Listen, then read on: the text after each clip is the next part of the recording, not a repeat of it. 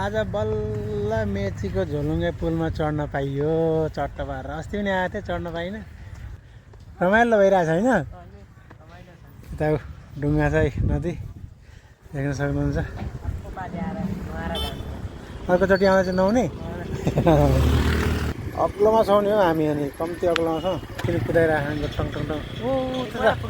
जाउँ, अग्लो रहेछ नि त उता पर। आज चाहिँ चढ्ने मौका पाइयो। जे होस् रमाइलो हुँदो रहेछ, अग्लो हुँदो रहेछ नि त। यहाँबाट त पुरा सबै झापा पुरै देखिँदो रहेछ नि त गोल्टल। अग्लो छ नि हो यहाँ नि। कहाँ माथि आयौँ हामी, उताबाट आएको हामी। गोपाल भाइलाई लगेर इन्डियातिर बेचिदिउँ क्या हो यार। कम दामी देखेछ, दामी छ। लठारो हेरौँ न कस्तो छ लठारो। अनि आम्मामा लठारो भयङ्कर छ नि। भ्यू पनि क्या दामी देखिरह नि, दामी देखिरह।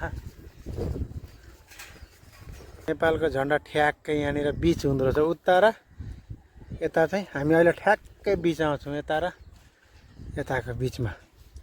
देख्न सक्नुहुन्छ क्या दामी चौरी छ यहाँ। बगर रसँगले यहाँ खोला छ हौ।